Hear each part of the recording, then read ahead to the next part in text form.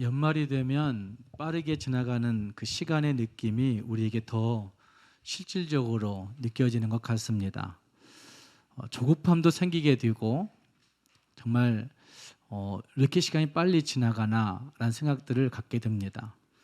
또 믿음을 지키려고 하는 믿음의 신실함을 간직하는 성도들에게서는 그래, 하나님 앞에서 결산할 일들이 있겠구나, 하나님 앞에서의 결산을 생각하게 하는 시간들도 지금의 시간이라고 생각이 되어집니다.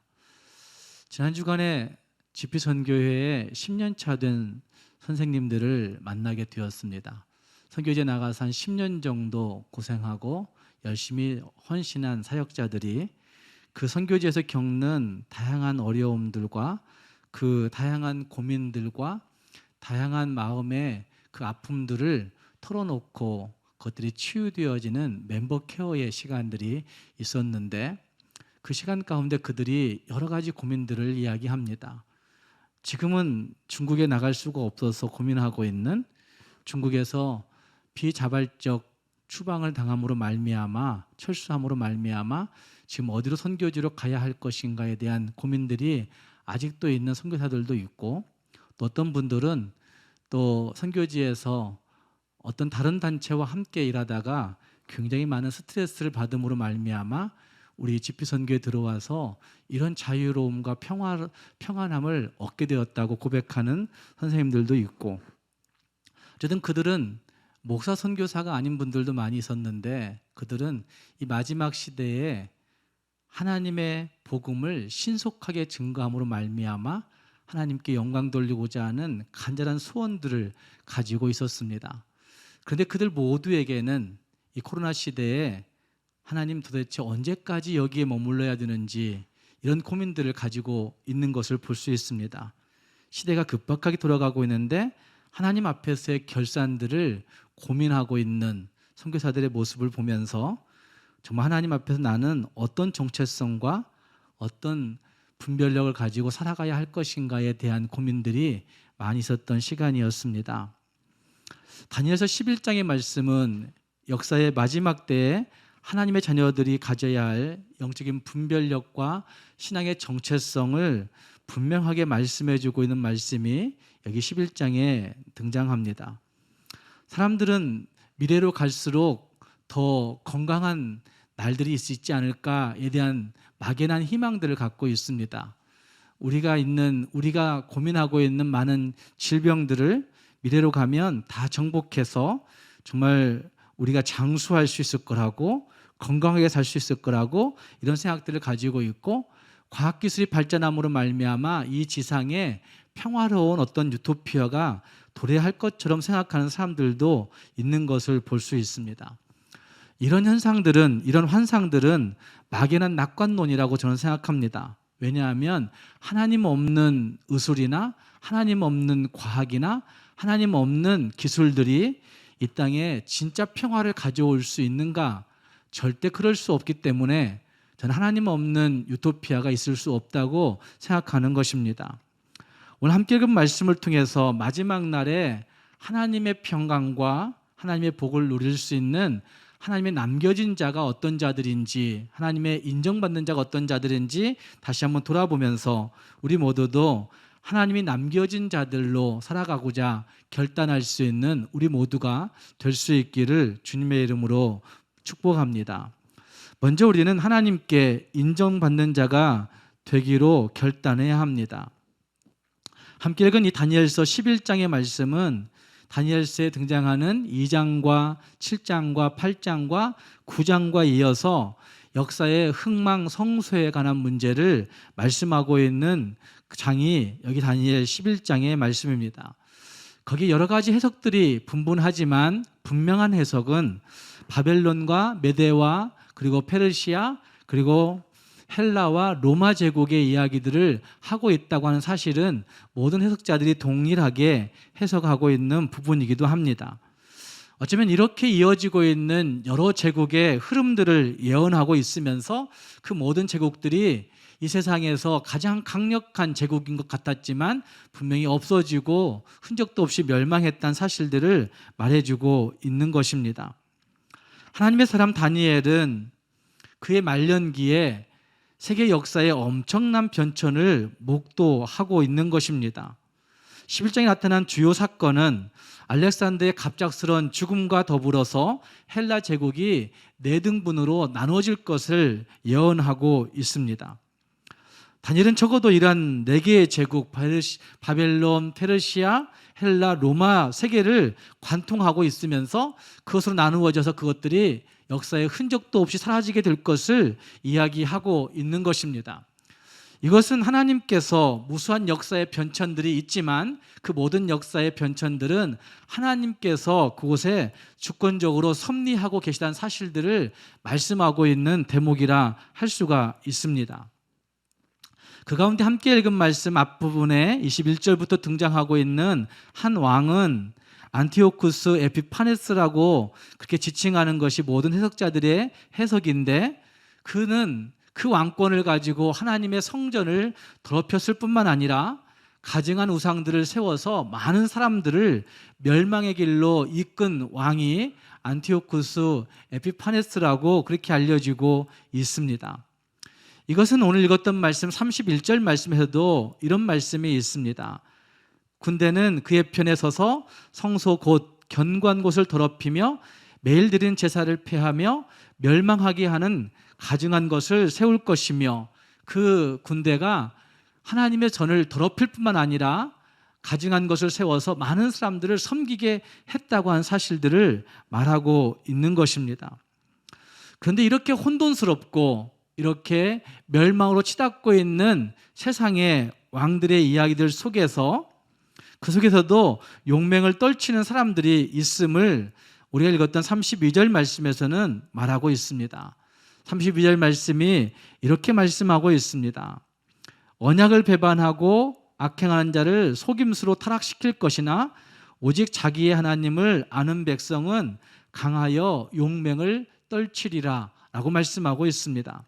배반하고 타락시키고 멸망시키는 일들이 있지만 오직 자기의 하나님을 아는 백성은 강하여 용맹을 떨치게 된다고 말씀하고 있습니다.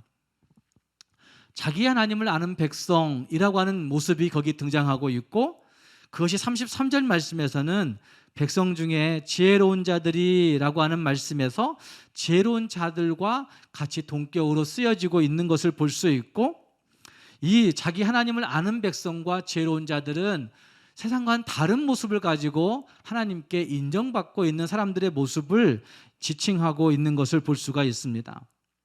세상 모두가 스스로 높은 채 하는 세상이었습니다. 세상 모두가 자기들이 원하는 신을 섬기고 자기 마음대로 하나님을 대적하는 그런 일들이 비일비재하게 일어나는 그런 세상이었습니다.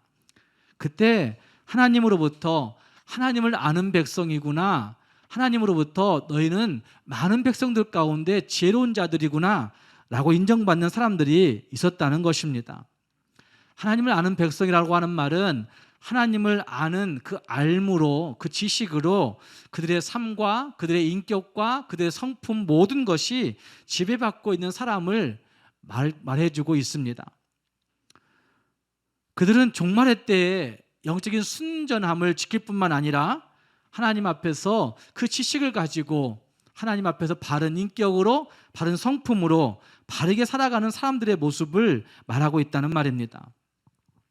제임스 패커라고 하는 신학자는 하나님을 아는 지식이라고 한 책에서 하나님을 아는 지식을 갖는 성도들은 하나님의 강령적인 요구, 실천적 요구, 산상수훈적 삶의 요구를 받아들이고 그것에 설복되어서 살아내는 사람들이라고 그렇게 말하고 있는 것을 볼 수 있습니다. 하나님을 안다라고 얘기하는 사람들이 많이 있습니다. 나는 하나님을 알고 있어. 나는 하나님을 아는 지식에 이른 사람이야. 나는 하나님 잘 알고 있지. 내가 그래도 교회를 잘 다녔는데, 이렇게 얘기하는 사람들이 많습니다. 그런데 하나님을 안다고 얘기하는 그 아는 지식은 그 하나님이 요구하시는 그 요구에, 하나님이 요구하시는 강령, 하나님이 요구하시는 산상수훈의 삶, 이것에 설복되어져서 감동되어져서 그 삶을 살아내는 자들을 하나님 아는 지식에 있는 자들이라고 이야기할 수 있다는 말입니다. 하나님 아는 그 지식은 하나님과 영적인 친밀감을 갖게 할 뿐만 아니라 하나님과 교제한 그 교제를 가지고 일상의 삶에서 그 삶을 살아낼 수밖에 없도록 만들어내는 능력이 하나님을 아는 지식에 있다는 것입니다.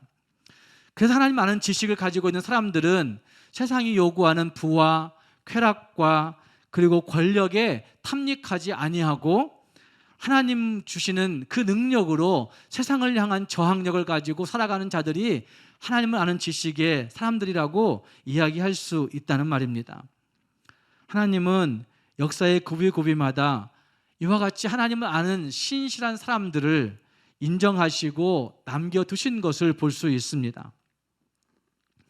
우리가 어떤 믿음을 가지고 살아갈 것인가가 참 중요한데 성경에 등장하는 많은 사람들이 그 역사의 구비구비마다 하나님께서 인정하심으로 남겨둔 자들이 되었다는 사실들을 보면서 우리의 믿음도 하나님의 인정하심에 초점이 맞춰져 있어야 된다는 사실을 말해주고 있는 것입니다. 하나님께서 인정하시기만 하시면 그 다음은 하나님이 책임지실 것입니다. 하나님께서 인정하시기만 하시면 그 다음의 문제는 하나님이 인도해 주신다는 말입니다. 로마서 11장 1절과 2절 말씀에 이런 말씀이 등장합니다. 그러므로 내가 말하노니 하나님이 자기 백성을 버리셨느냐? 그럴 수 없느니라. 나도 이스라엘이니요 아브라함의 씨에서 난 자요 베냐민 지파라. 하나님이 그 미리 하신 자기 백성을 버리지 아니하셨나니 라고 하는 말씀을 하십니다. 사도 바울이 로마 교인들에게 편지하고 있는 내용이 로마서입니다. 그런데 사도 바울이 보니까 자기 동족 이스라엘, 즉 하나님께서 택하신 그 유대인들이 예수님을 영접하지 않는 것입니다. 믿지 않는 것입니다. 그래서 이스라엘이 크게 실족했다는 사실을 여기에서 말해주고 있습니다. 이방 사람들이 얘기합니다. 하나님은 이스라엘을 버리신 것 같아 라고 이야기하는 겁니다. 하나님이 선택하신 자기 백성이지만 하나님이 이스라엘 백성들을 보니까 하나님 믿지 않는 것 같은 그런 모습 보니까 하나님이 그들을 버리신 것 같다고 이렇게 얘기하는 겁니다. 그러나 사도 바울은 결코 그렇지 않다고 이야기합니다. 다시 일으켜 반드시 하나님이 세워주신다, 챙겨주신다 라고 하는 사실을 결코 그럴 수 없느니라. 하나님이 자기 백성을 버리셨느냐? 결코 그럴 수 없느니라는 말씀으로 말해주고 있습니다. 그 이유는 미리 아신 자기 백성이기 때문에 라고 2절이 말하고 있습니다. 하나님이 그 미리 아신 자기 백성을 버리지 아니하신다 라고 그렇게 말씀하고 있다는 말입니다. 하나님이 미리 아셨다는 말씀을 어떻게 이해할 수 있습니까? 하나님이 그냥 알고 있는 것일까요? 하나님이 그냥 선택하신 그거 한 가지만을 이야기하고 있는 것일까요? 그렇지 않습니다. 하나님께서 선택하심에 우리는 집중할 때가 있습니다. 나는 하나님 선택받은 자야. 하나님이 나를 선택하셨어. 이렇게 이야기한다는 말입니다. 그러나 하나님의 선택하심은 불러내심과 함께 주어지는 것이죠. 하나님이 아브라함을 선택하셔서 갈대아 우르에서 불러내실 뿐만 아니라 그 아브라함을 하나님이 연단해 가시지 않습니까? 이 모양 저 모양으로 말씀에 순종할 수밖에 없도록 훈련해 가십니다. 그러니까 하나님이 아브라함을 아신다라는 말씀은 선택하셔서 불러내시고 그리고 훈련시키시는 전 과정을 통틀어서 하나님이 그를 아셨다 이렇게 말씀할 수가 있는 것입니다. 선택하심으로 말미암아 그를 불러내실 뿐만 아니라 훈련시키셔서 그 복음의 메신저들로 복음을 살아내는 자들로 이 땅을 살게 하시는데 목적이 있다는 말입니다. 우리는 종종 이 선택을 목적으로 생각하는 경향들이 있습니다. 선택 그 자체를 목적으로 착각하는 것입니다. 난 선택받았어. 실수를 해도 그냥 괜찮아. 이렇게 이야기하는 사람들이 있습니다. 난 이미 구원받았으니까 그냥 괜찮아. 라고 이야기하고 복음으로 살아내는 일들을 고민하지 아니하는, 복음으로 살아내는 일들을 전혀 생각하지 아니하는 그런 사람들이 이 땅에 많이 있습니다. 그러나 하나님의 미리 아심의 문제는 선택하심만의 문제가 아니라 복음으로 살아내는 데까지를 하나님이 의도하고 있다는 사실들을 우리는 기억해야 되는 것입니다. 우리는 세상 사람들에게 인정받는 것들을 좋아합니다. 그러나 분명한 것은 하나님께 인정받는 것이 훨씬 더 중요한 문제입니다. 왜냐하면 하나님께서 인정하는 자들을 절대로 버리지 않기 때문에 그렇습니다. 세상 모든 사람들에게 인정받았지만 하나님께 인정을 받지 못한다면 결국은 하나님께 버림받는 자가 될 수도 있기 때문에 우리는 하나님께 인정받음이 더 중요하다는 사실들을 확신하고 결단해야 된다는 말입니다. 우리가 잘 알고 있는 마태복음 25장에 종말에 관한 비유, 마지막 때에 관한 비유가 등장합니다. 거기에 우리가 알고 있는 유명한 달란트 비유가 있습니다. 5달란트, 2달란트 받은 종은 오랜 후에 주인이 돌아와서 결산할 때에 주인에게 무엇인가를 내놓을 것이 있었습니다. 그래서 주인으로부터 그들은 참 잘했다, 참 착하다, 참 충성된 종이다 라고 인정받는 모습이 거기에 등장합니다. 주님의 결산의 날에 정말 잘했다, 착하다, 충성되다 이렇게 인정받는 모습이 거기에 있었다는 말입니다. 그리고 그 종들은 주인의 즐거움에 참여하는 축복도 약속으로 받고 있는 것을 볼 수 있습니다. 종이 주인의 즐거움에 참여한다는 이야기는 어쩌면 그 이상의 복이 없음을 이야기하는 것입니다. 주인의 즐거움, 주인의 그 풍성한 즐거움, 주인의 그 충만한 즐거움에 참여한다는 것만큼의 복이 없다는 말입니다. 하나님께 인정받는 자들이 그 복을 누리는 것이죠. 그런데 1달란트 받은 종의 모습은 오랜 후에 주인이 돌아와서 계산할 때에 어쩌면 그때까지 주인의 집을 자기의 집처럼 여기며 살았을 것입니다. 다른 사람들이 그에게 묻습니다. 너 어디 사냐고 이렇게 물어보면 그 사람은 내 집에 살고 있는 거라고 주인집을 가르치면서 내 집에 살고 있는 것이라고 착각하며 의시됐을 것입니다. 주인의 집인데도 불구하고 자기의 집이라고 이야기하는 것입니다. 주인의 것인데도 불구하고 내 것이라고 그렇게 우기며 살고 있습니다. 우리는 그러지 않습니까? 하나님의 것인데도 불구하고 다 내 것인 양 살고 있는 우리들의 모습들, 1달란트 종의 모습이 그런 모습이었다는 말입니다. 주인이 많이 벌어놓은 그 좋은 것들을 그는 먹고 쓰고 살았습니다. 그러면서도 자기의 것으로 먹고 자기의 것으로 살고 있다고 착각하고 있습니다. 1달란트 맡은 종은 분명히 주인의 것으로 누리고 살았음에도 불구하고 주인의 것을 인정하지 아니하고 자기가 주인 행세하는 그런 사람의 대명사로 볼 수가 있습니다. 몇 년이고 수십 년 동안 주인의 것으로 인해서 온갖 혜택을 다 누렸음에도 불구하고 주인의 일은, 주인의 명예는 생각하지 아니하는 그런 모습일 수 있다는 말입니다. 자기 일만 열심히 하고 다닌 것이죠. 그리고 그에게 하나님은 뭐라고 말씀하십니까? 주인은 악하고 게으른 종아, 이 무익한 종아, 이렇게 이야기하고 있습니다. 악하고 게으른 종, 무익한 종이라고 책망하고 있는 것을 볼 수 있습니다. 그리고 뿐만 아니라 이미 주었던 것까지도 다 빼앗고 그를 내쫓아 버리는 그런 모습이 거기에 나타나고 있습니다. 인정받지 못할 때 이와 같이 불행하다는 사실들을 보여주고 있다는 말입니다. 사랑하는 여러분, 우리는 어떤 모습의 사람들인지 생각해 보아야 될 것입니다. 우리 인생의 삶은 어떤 모습이었는가? 우리의 믿음은 어떤 모습이었는가? 우리의 생활은 어떤 모습이었을까?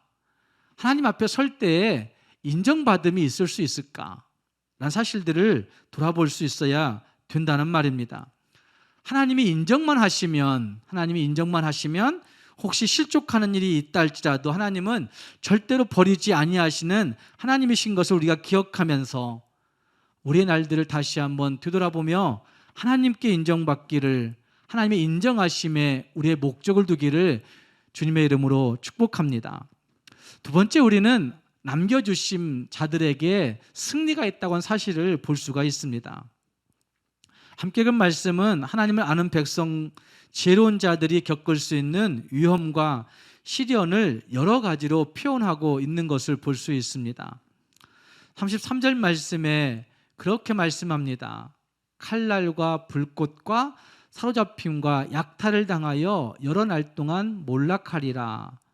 칼날, 불꽃, 사로잡힘, 약탈, 여러 날 동안 몰락이라고 하는 것은 하나님을 아는 백성들과 지혜로운 자들이 겪을 수 있는 위험에 대해서 표현하고 있는 부분들입니다. 뿐만 아니라 34절 말씀에서도 그들이 몰락할 때에 도움을 조금 얻을 것이나 많은 사람들이 속임수로 그들과 결합할 것이며 라고 이야기합니다. 몰락할 때에 세상의 도움에 집중할 수 있는데 세상의 도움에 집중하다 보니까 그것이 속임수에 넘어가는 일들이 될 수 있다는 것입니다. 이런 일들 참 많이 있습니다. 그래서 지혜로운 자들 중에서도 몰락하게 되는 사람들이 있음을 여기 33절과 34절은 말하고 있는 것입니다. 그럼에도 불구하고 35절 말씀에서는 그렇게 다 사람들이 몰락하는 일들이 벌어질 것이지만 그럼에도 불구하고 연단을 받아 정결하게 되며 희게 되어 마지막 때까지 이르게 되는, 마지막 때까지 남게 되는, 마지막 때까지 남아있는 자가 있다는 사실을 35절은 말씀하고 있습니다. 환난의 때가 성도들 앞에 있겠지만 그 연단을 잘 통과한 자들이 승리하게 된다는 사실들을 우리에게 분명히 말씀하고 있는 부분이라 할 수 있습니다.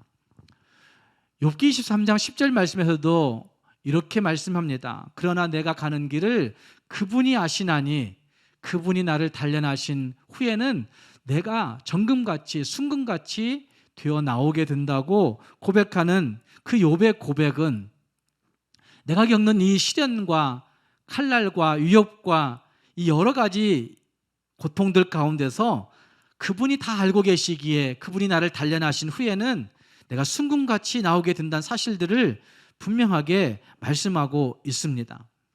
고난을 피하는 데 승리가 있는 것이 아니라 희생을 치르는 것에 그 믿음의 승리가 있다는 사실들을 말하고 있는 것이죠.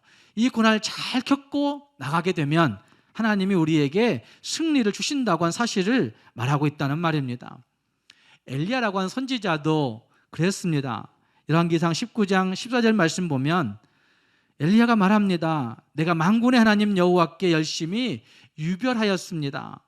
이는 이스라엘 자손이 주의 언약을 버리고 주의 제단을 헐며 칼로 주의 선지자들을 죽였음이오며 오직 나만 남았거늘 이라고 얘기합니다. 나만 남았거늘 그들이 내 생명을 빼앗으려 하나이다. 나만 남았다라고 하나님 앞에 탄식하고 있습니다. 그러나 그때 하나님은 19장 18절 말씀에서 그러나 내가 이스라엘 가운데 7,000명을 남기리니 다 바알에게 무릎 꿇지 아니하고 다 바알에게 입맞추지 아니한 자니라 라고 하는 그 말씀을 통하여서 너만 남았다고 탄식하느냐? 아니라 너 외에도 많은 사람들이 하나님이 남겨놓은 자들이 있다고 말씀하고 있습니다. 이사야서 6장 13절 말씀에서도 하나님은 말씀하십니다. 그 중에 10분의 1이 남아 있을지라도 이것도 황폐하게 될 것이나 밤나무와 상수리나무가 배임을 당하여도 그 그루터기에 남아있는 것 같이 거룩한 씨가 이 땅에 그루터기라고 말씀하시는 그 말씀을 통하여서 남겨진 자들이, 남아있는 자들이 있다는 사실들을 분명히 말씀하고 있습니다. 우리는 자기의 것들로 인해서 오만과 편견을 부리며 이 땅을 살고 있습니다. 그럼에도 불구하고 하나님은 분명히 남겨두시는 자들이 있다고 한 사실을 분명하게 말씀하고 있습니다. 우리가 읽었던 말씀 로마서 11장 32절부터 35절에 등장하고 있는 하나님을 아는 백성, 지혜로운 사람들은 정말 신앙을 잘 지켜낸, 신앙을 고수해낸 신앙의 수절자들이라고 말할 수가 있을 것입니다. 죽음에 이르는 환난을 당하기도 했고 칼날과 불꽃과 사로잡힘과 약탈을 당하여서 여러 날 동안 쇠퇴되는 멸락하는 일들도 있었지만 마침내 그 환난을 통하여서 그들이 승리하여 나올 것이라는 사실들을 여기에서 말씀하고 있는 것입니다. 그들의 시대에도 남은 자들이 있었다는 말입니다. 역사가 4번씩 바뀌면서 내 왕국이 찢어지면서 갈라지면서 사람들이 다 몰락했지만 그 시대에도 남은 자들이, 경건한 사람들이, 주의 말씀을 사수한 자들이 있었다는 것입니다. 33절 말씀에 이런 말씀도 있습니다. 백성 중에 지혜로운 자들이 많은 사람을 가르칠 것이나, 많은 사람을 가르친다는 얘기는 그 지혜로운 자들이 지금 하나님의 백성 많은 사람들을 가르치고 있는 모습을 증거해 주고 있습니다. 같은 시대의 사람들일 수도 있고 오늘 이 말씀을 읽고 있는 저와 여러분 같이 동시대 아닌 사람들의 모습들도 거기에 포함될 것입니다. 그러나 어쨌든 간에 그들이 마지막 때까지 이르러야만이 진정으로 살아남은 자라고 말할 수가 있지 않겠습니까? 35절 말씀에 연단을 받아 정결하게 되며 희게 되어 마지막 때까지 이르게 하리니, 마지막 때까지 남아있는 자들이 진짜 믿음을 지킨 자들이라고 할 수가 있다는 말입니다. 작정된 기한들이 우리 모두에게 있을 것입니다. 성경이 이야기하고 있는 작정된 기한들이 저와 여러분 모두에게 있을 것이란 말입니다. 그때에도 우리는 하나님 앞에서 믿음을 잘 지켜냄으로 말미암아 진짜 남겨진 자들이 되어야 함을 우리에게 말해주고 있습니다. 사랑하는 여러분, 우리가 지금 굉장한 고통의 시기를 보내고 있습니다. 우리가 지금 삶에 지치고 힘든 시기를 보내고 있습니다. 그때 우리는 하나님의 백성으로 어떤 태도를 보이며 살아가야 되겠습니까? 우리는 하나님을 아는 그런 백성으로 어떤 삶의 모습을 지키며 살아가야 되겠습니까? 하나님의 말씀을 지키는 것 때문에 당하는 어려움들, 믿음을 끝까지 견지하는 것으로 인해서 당하는 그런 애매한 시험들, 소수의 무리로 분류되는 것들로 인해서 따돌림 당하는 일들도 있을 수 있겠지만 어쩌면 하나님 앞에서 정말 하나님이 남겨놓으심, 여기에 우리의 목적을 두고 살아가야 된다고 생각이 되어집니다. 요즘 시대는 다수의 소리가 인정받는 그리고 힘을 얻는 시대입니다. 그러나 분명히 진리를 외치는 작은 소리, 진리를 살아내는 작은 삶, 이것이 큰 영향력을 미칠 수 있는 시대가 분명히 온다고 한 사실들을 우리는 볼 수 있어야 될 것입니다. 포로로 잡혀가서 끝까지 살아남아 있는 자들을 모두가 포로 생활이 끝나고 고국 땅에 돌아가서 잘 살아낸 것도 아니었습니다.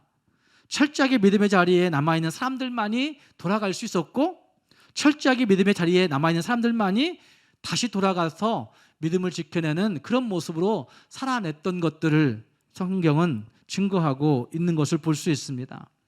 하나님은 그들을 통해서 일하십니다. 하나님은 그런 남은 자들을, 남겨진 자들을 찾고 계시다는 말입니다.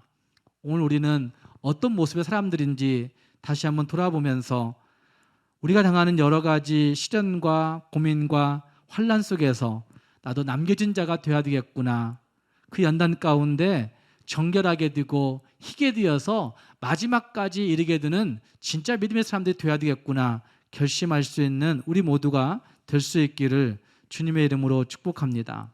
기도하겠습니다.